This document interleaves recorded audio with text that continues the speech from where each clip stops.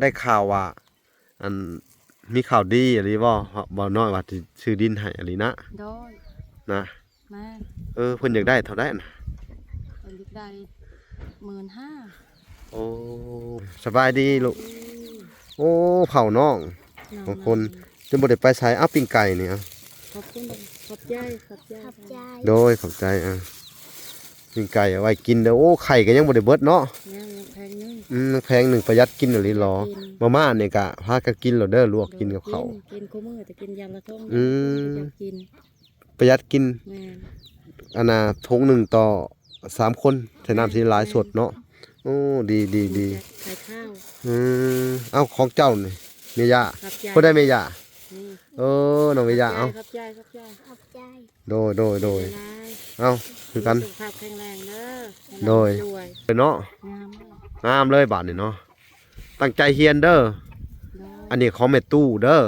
เมตู้ USA เด้อขอบใจแม่ตู้หลายๆเด้อแม่ตู้มีสุขภาพแข็งแรงโดยใส่เสื้องามขนาดเลยงามอยู่โดยทุกป่วยเป็นตืบเป็นรอยเป็นลานโดยสาธุเมตู้ USA เด้อ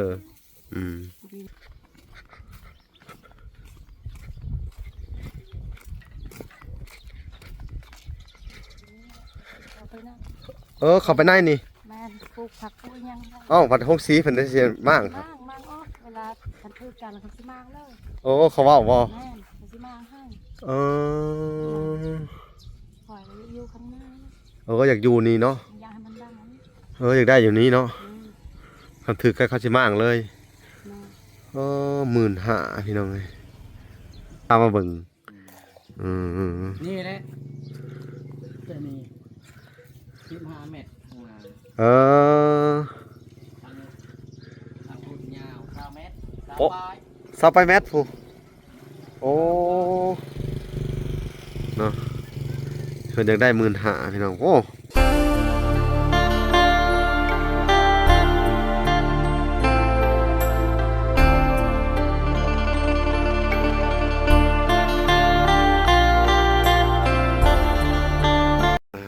พี่น้องเนาะ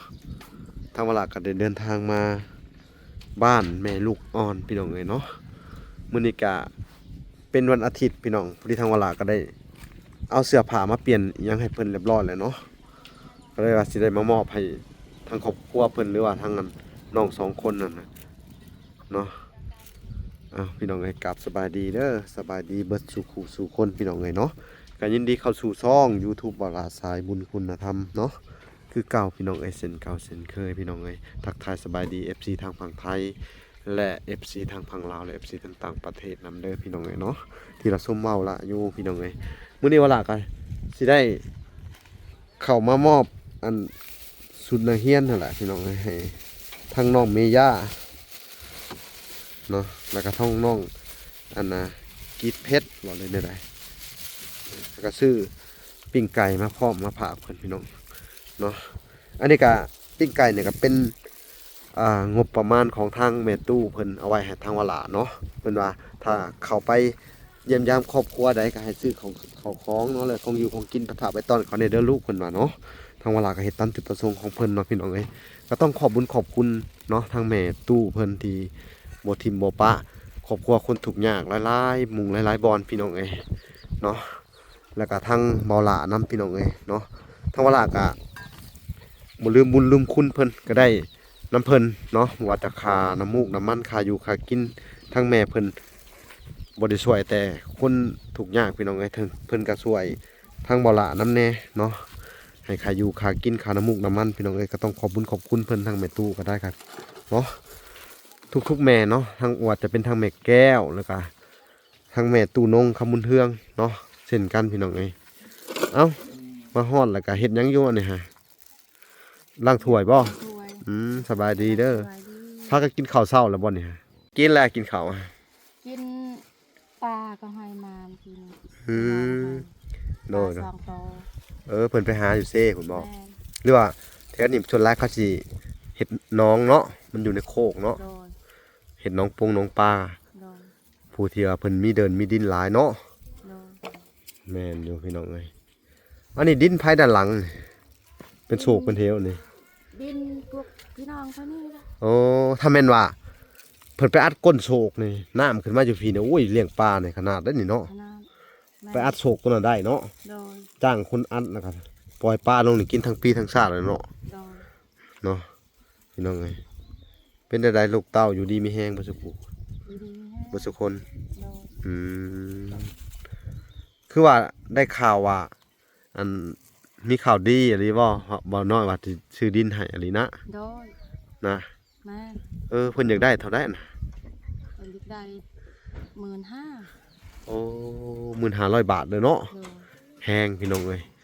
แต่ทางอันน่ะว่าพรกับว่าน้อยเพิ่นถามว่ามีงบแค่13,000เพิ่นว่า โดย เพิ่นสิบ่ลดได้ว่าจาก 3,000 ต้องไปต่อกับเขาเอง ไปเบิ่งเนาะไปลองสอบถามเบิ่งพี่น้อง ไป เอ้ย สอบถามเขาเอง เนาะก็ดีแหละเนาะดีใจนำเด้อเขาว่าได้ ดีใจหลายๆ ทางว่าน้อยเพิ่นก็มีงบไปอยู่ทางไหนดินน่ะ อยู่ทางนี้ โอ้อ่ะเดี๋ยวสิไปมอบ อันนี้ให้ลูกเจ้าก่อนเสื้อมื้อหน้าเอาไปเปลี่ยนนะเด้อ โดย ไปเบิ่งนํกัน โอ้เอาน้องบ่นะฮะนี่จ้า สบายดีเด้อ สบายดีลูกโอ้เผาน้องของคนจนบ่ได้ไปใช้อ้าวปิ้งไก่นี่อ่ะ ขอบคุณขอบใจขอบใจขอบใจ โดยขอบใจปิ้งไก่เอาไว้กินเด้อโอ้ไข่ก็ยังบ่ได้เบิดเนาะ ยังแพงนึง แพงหนึ่งประหยัดกินอีหลีหรอมาม่าเนี่ยกะพากันกินแล้วเด้อลวกกินกับข้าว กินคู่มื้อแต่กินยามละท้อง อืม อยากกิน ประหยัดกิน แม่น อันน่ะทงหนึ่งต่อ3 คนใส่น้ำสีหลายสดเนาะโอ้ดี ใส่ข้าว เอ้าของเจ้านี่เมียา ขอบใจ ก็ได้เมียา นี่ น้องเมียาเอ้า ขอบใจขอบใจขอบใจ โดย หลาย เอ้าคือกัน สุขภาพแข็งแรงเด้อ โดย รวย ของเจ้าได้แล้วว่า2 โตคือว่าเสื้อ ได้แล้ว ไปแม่นลืมไปอันน่ะคนละโตเนาะแม่นแหละให้คนละโตเนาะ งามเนาะ เอาคนละโตลอกใส่มึงดูบัดนี่ งามเนาะ เปลี่ยนให้เรียบร้อยแล้วเด้อมื้อนานเอาไปเปลี่ยนเป็นซองมันแหละเนาะ โดย เมียากลับเป็นหยังนะ ดีเพชร ดีเพชรน้องดีเพชรวงเย็นบ่ได้เข้าได้มื้อนี้วันอาทิตย์เนาะเมียา ไม่ได้ข่าว อืม มื้ออื่นนะสิได้ข่าว มื้อได้เข้าแกะเบิ่งก่อน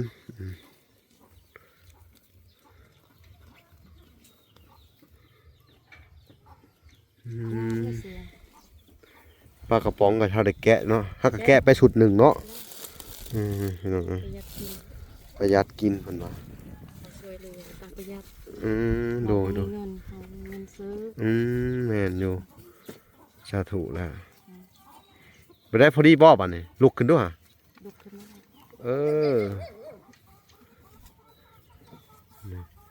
โอ้พอดีเลยเนาะ งามเลย งามเลยบัดนี้เนาะ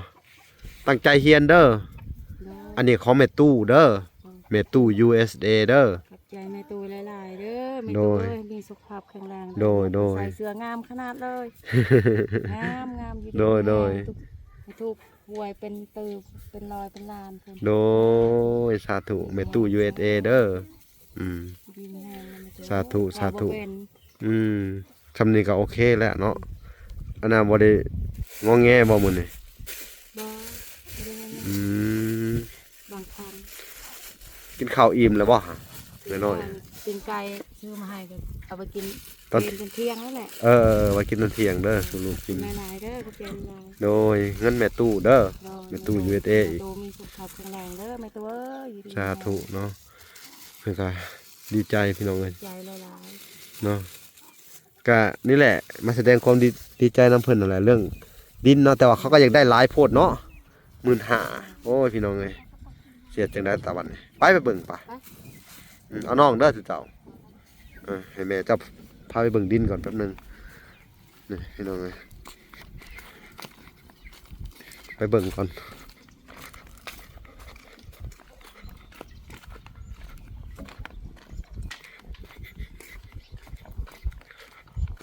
ก็บ่ได้ใกล้กันเนาะ ๆเขาบ่ได้ใกล้อยู่ โอ้ดินอยู่นี่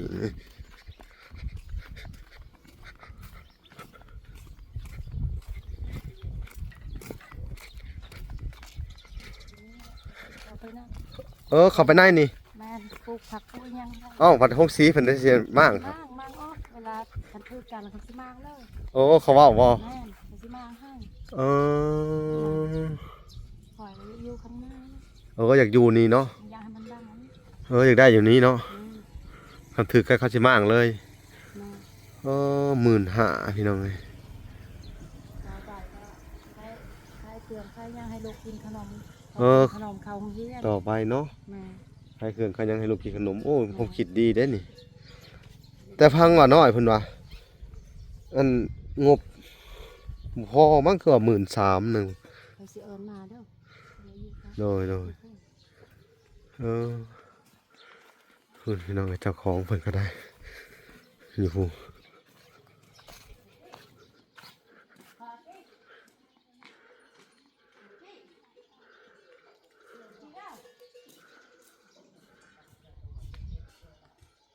เพิ่นก็ไปห้องมาเนาะนี่เนาะพี่น้องเอ้ยต้นนี้ก็หน้าทางมันก็งามอยู่เลยเนาะพี่น้องเอ้ยดินเพิ่นนี่ก็ได้ดินเพิ่นแม่นเพิ่นแล้วสุดพุ่นแล้วเนาะโอ้ฮอดแต่นี้โอ้โดย สบายดีเด้อโดย สบายดี หินบ่ โดยเอาเบิ่งดินเพิ่นพามาเบิ่งอืม นี่แหละตัวนี้15 เมตรข้างหน้า เออ ทางพุ่นยาว9 เมตร โอ๊ะ ปลาย ซาไปแมทผู้โอ้เนาะเพิ่นอยากได้15,000พี่น้องโอ้ยาวซาไปแมทเนาะอันนี้6สีนี่ขายบ่หรือได บ่ บ่อันคือบุอันน่ะ นางเวลานั้น โดย เจ้า หยุดเลยเนาะหยุดเฮ็ดเลยหงสีเนาะ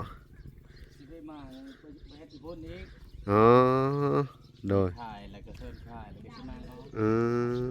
มจะขายเท่าไหร่เนี่ยฮะ 15,000 เออ15,000พี่น้องเอ้ยเนาะ15,000บ่ลดเนาะบ่ เออ คืออะไรลดได้เท่าไหร่อันนี้ฮะ ว่าวันถ่ายละ15,000 บ่บ่นขายเลย เจ้า เออ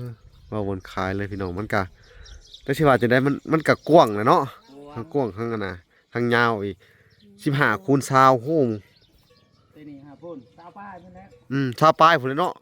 ปอเราสิได้หลังบ้านเราสิได้นั่นได้นี่ ได้ลูก ไปปลูกผักปลูกหญ้าก็ได้ทางพุ่น เฮ้อ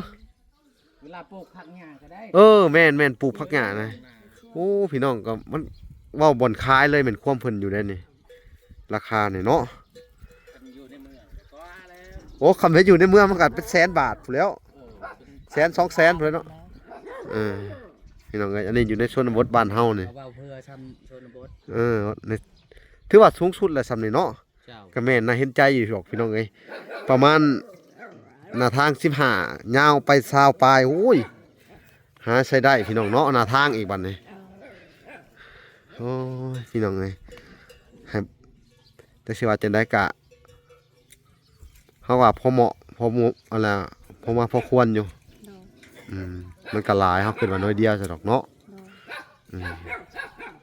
โดย เนี่ยเจ้าของดินเพิ่นก็ใจดีอีกพี่น้องเอ้ยขายให้เนาะขอบใจเด้อ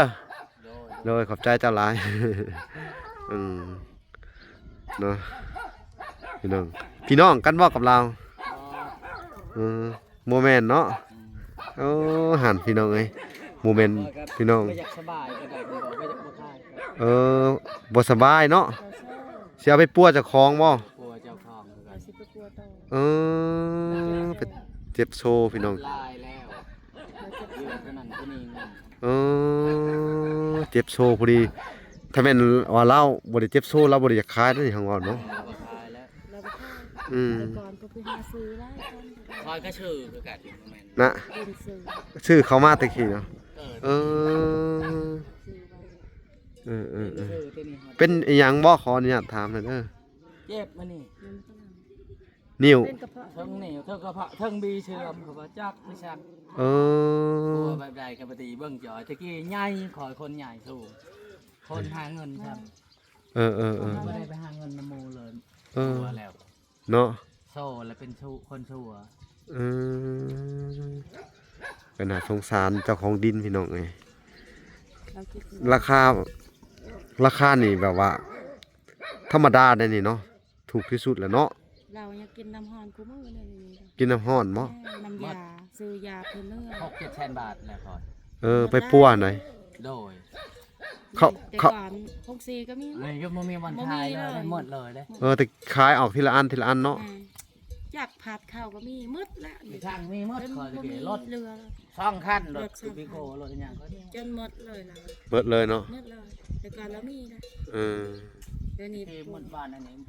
ก็เลยได้ผม เออ อันนี้ก็ทุกข์แล้วชัวร์แล้ว เราได้แต่ก่อน เออก็บ่แม่นว่าเฮาซั่วดอกเนาะมันแบบว่าสุขภาพเฮามันก็เปลี่ยนแปลงไปตามวันเวลาบ่มีไผอยากให้มันเกิดดอกเนาะ โดย มันก็ขึ้นกับอันน่ะสุขภาพของเฮาแล้วก็นี่แหละเพิ่นจังว่าเฮ็ดหยังก็อย่าลืมดูแลสุขภาพเพิ่นว่าเนาะในยามเฮามีเงินมีคำจักสิว่าจังไดพี่น้องเอ้ยมีเงินเป็นร้อยล้านพันล้านก็เบิดคือกันเนาะ มีเข้ามา บ่มีความหมายพี่น้องเอ้ย กายบ่แข็งแรงเลย เนาะอือฮึจักสิว่าจังไดสู้ๆเด้อเจ้าก็ได้เด้อ โดยจะ มาพ่อเจ้าของดินกันจนบ่กล้าต่อเพิ่นพู้แล้วพี่น้องเอ้ย เราเก็บโซ่ เจ็บโชว์เนาะ เราก็ ก็บ่โชว์บ่ขาย ไปหา แล้ว เออ ให้ลูกให้หลานแล้วอยู่นี่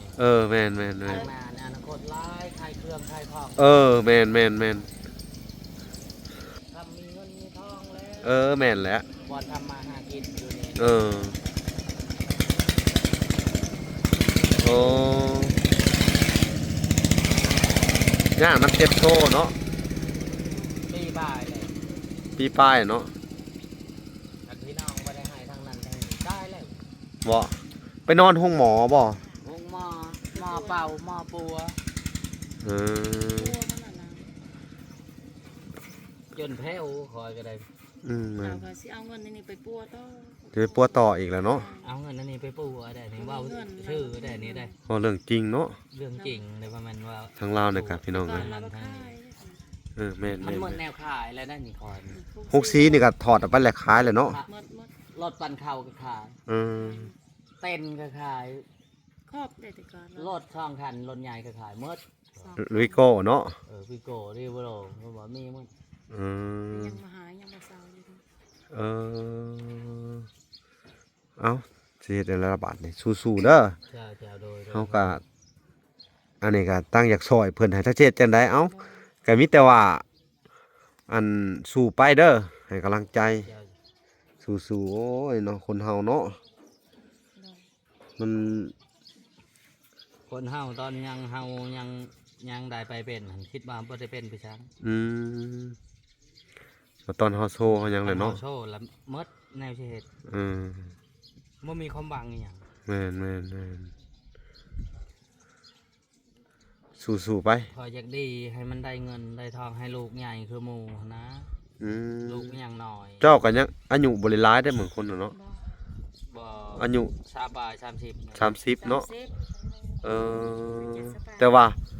เฮ็ดเฮือนได้มีเครื่องของเบิดสั่งเนื้อทั้งตัวได้แต่กี้เนาะ แม่น แต่กี้ค้าขายเนาะ แต่ก่อนเราลมน้อยเราเป็นพ่อค้าได้แต่ก่อน เออ พ่อค้าไม่ติ้ว เออ ไม่ขยงไม่ยัง ไม่ก็โยงไม่ยัง มี มีแต่เราละกวาดล้าง อืม ชั่ว เรา แล้ว ได้เงินแต่ก่อน บ่แม่นว่าชั่วแบบว่ามันมันก็เปลี่ยนแปลงไปตามวันเวลาเนาะคนเฮายามมีมันก็มียามลงมันก็ลงเนาะบ่ว่าไผเด้อ เป็นหมู่ช่วยคอยช่วยนี่น้าเป็นตะคนถือผ้าถือไผไปตามทางนี่ช่วยเรือประจำ อืม หักบ่ได้บุญคอยหั่นนะ นะจักสิว่าจังได๋แล้วบัดนี้ แม่น เฮาก็บ่ ซอยเข้านี่ทั่วบ้านทั่วเมืองแถวนี้ซอยเลยเห็นคนเจ็บไข้ได้ป่วยนี่ ให้ซอยซื่อๆเนาะ ให้ชื่อๆอีตนเขาหั่นน่ะตะกี้ อืม มันคอยคนมีเงินแหน่คอยอีตน แม่นจักสิเฮ็ดจังได๋ หักใจหมู่จักบ่คือใจคอยเบิ่ง แม่นอยู่ นัดเราสัวมันไป บัดคอยแผ่วหันบ่เห็นเลยตัวคอยชอยหั่นน่ะ อืม บ่มีน้ำใจ น่ะ คันคอยบ่ปะในเมืองใดคอยก็มาฮอดได้ ตัวเจ้าเนาะ คันโตคอยหันคอยเห็นไผทำดีคอยหัน เอ บ่ว่าปะหมู่เด้อ โดยสาธุให้คอยดีแล้วดีแล้วคอย ค่อยดีแล้วต่อไป คอยจะเชื่อเป็นใจได้ตอนหนาเนี่ย สาธุเนาะ ยาว พี่น้องเอ้ยมันกระเสาเนาะฟังเรื่องเพิ่นเว้าแต่ก่อนเพิ่นกะ คนเคยมีเงินมีคำว่าซั่นซะเนาะ ๆจะมีคอย แต่ปัจจุบันนี่ก็ต้องขายเคาะขายขอดได้เฮ็ดจังไดล่ะบาด จน นี่ หมด อันนี้ติด เพื่อนก็หมด ดินอีกทางนั้นก็หมดได้ขายได้ ขายเบิดเลย ท้องหนึงอีกอยู่ทางหน้าทางหลังพุ่น ตอนน่ะเท่าไหร่ตอนน่ะขายทาง แสนบาทอันนั้นก็ได้ ขายกับปัวตัวเองเบิดเลย โอ้แล้วบ่พอได้มาฮอดเดือนเท่านั้นเงินแสนบาทนั่นได้ อืม บ่แม่นว่าเขาที่หมอจะเอาไปทำโลดหมดบาทนี่ แม่นเจ้าเป็นแบบสิเจ้าขะถ้ามีเงินแสนบาทเจ้าลองข้ามไปหมุกดาหารไปหยังบ้านนี่ไปเอ็กซเรย์ให้มันฮู้ว่าเฮาเป็นอิหยังอะนะ ดีขึ้นนะ ไปว่าฉันจะว่าดีกว่า ไปทางนั้นครับว่าคนเฮ็ดไปทางนี้ก็ไปพี่ป๊อบจักเป็นพี่ช่างครับว่า บ่มันชนหลายอันท่านะครับบางเทื่อก็เกี่ยวกับสุขภาพเฮาเองนั่นแหละ ประมาณนั้น ตายคืนพอดีชี้เถื่อก่อน อืม ตื่นมาจะพูนมาพูจักพี่ช่างลงหนาลงหลัง โดย พูนไปตายอยู่เมืองพีนตายคืนไปเป่าอยู่พูน อืมไปเป่าอยู่ หมานี่เดือน คือบ่ไปทางจุดซุ้มนี่ก็มีหมอจุดซุ้มนี่เป่าอยู่บ่ บ่เก่งทางนี้ น่ะอืม เมื่อยเลย นี่แหละพี่น้องเอ้ยถ้าเพิ่นก็อยากขายซ้ำนี่น่ะเนาะ โดย ก็สิว่าจังใดก็ถือว่าสู้ๆเด้อแต่ละคนเด้อ เจ้า กันมีแต่ว่าอันทางบ่อน้อยพุ่นแหละเนาะอันที่เขามาสอบถามเบิ่งอีกที่แล้วก็มาซื้อให้จุ๊บเจ้าหั่นแหละเด้อ โดย แม่ลูกอ่อนพี่น้องไอ้สักเสียจังไดก็ได้ตรงนี้แล้วก็สิได้เฮ็ดหัวเฮ็ดสวนปลูก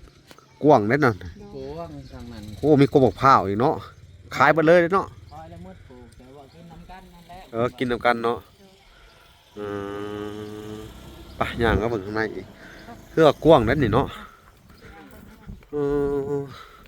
บ่เข้าก็ได้เข้าไปไม่ได้จะมีครับผม เออนี่โอ้ซาไปแมทพุ่นเนาะ ปลูก อืม จะลาแล้ว นี่ นี่พี่ชาวไปแมทกินไรเอ้าแต่หนาทาง ซาไปแมท ดวงกว้าง เออ ลงกว้างก็สิบห้าก ว้าง15ยาวซาไปแมทโอ้ เออ ถือว่าได้ดีเด้อนี่เนาะ จ้ะ บ่ได้ธรรมดาได้เนาะ คอยกับถ้าได้เงินซื้อไปปลูกนี่นะ พอได้เงินไปปัวเพิ่นว่า อ่ะ ก็ได้ขายได้แสนบาทก็บ่ขายได้เอาไว้ให้ลูกให้หลาน อืมสู้ๆเด้อ โดย จักสิว่าจังไดพี่น้องเอ้ยเนาะเอ้าโอเคเด้อท่านเด้อ เจ้าโดย ขอบใจหลายๆมีหยังกะผู้แลจังสิสอบถามบ่น้อยเพิ่นอีกทีหนึงเนาะแต่อันนี้ก็เพิ่นว่าให้มาต่ออีหยังหั่นนะ จ้ะ เฮาก็บ่ฮู้ว่าสิต่อจังไดเนาะมาพังเจ้าเว้าแล้วก็ เราจน เออต่อบ่เป็นพี่น้องเอ้ย ที่มาได้อยู่ซั่น อืม ใส่ก็ใส่ก็ได้ เออ พวกไอ้น้องเขาก็ครอบครัวของเขาเขาก็พอใส่เงิน อืม บ่มีเหลือคือกัน โดยเอ้าสำนี้เด้อขอบใจเด้อ โดย ทางเจ้าของดินเพิ่นพี่น้องไอ้ยไปเบิ่งเฮือนเจ้าต่อพี่น้องไปเบิ่งเฮือนเพิ่นก่อนโทษน้ำอะไรดินนี่เนาะ น้อยมาก เพิ่นก็ขายธรรมดาราคาย่อมเยาพี่น้องเอ้ย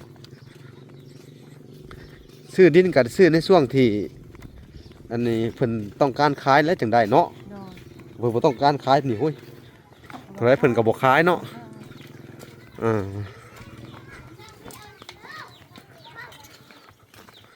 โอ้พากันเฮ็ดหยัง อย่างบ้า น้องๆเพิ่น ลงมาจ้าใช่ เออ กินน้ กินน้ำเออ ำอยากเจอ นี่เลย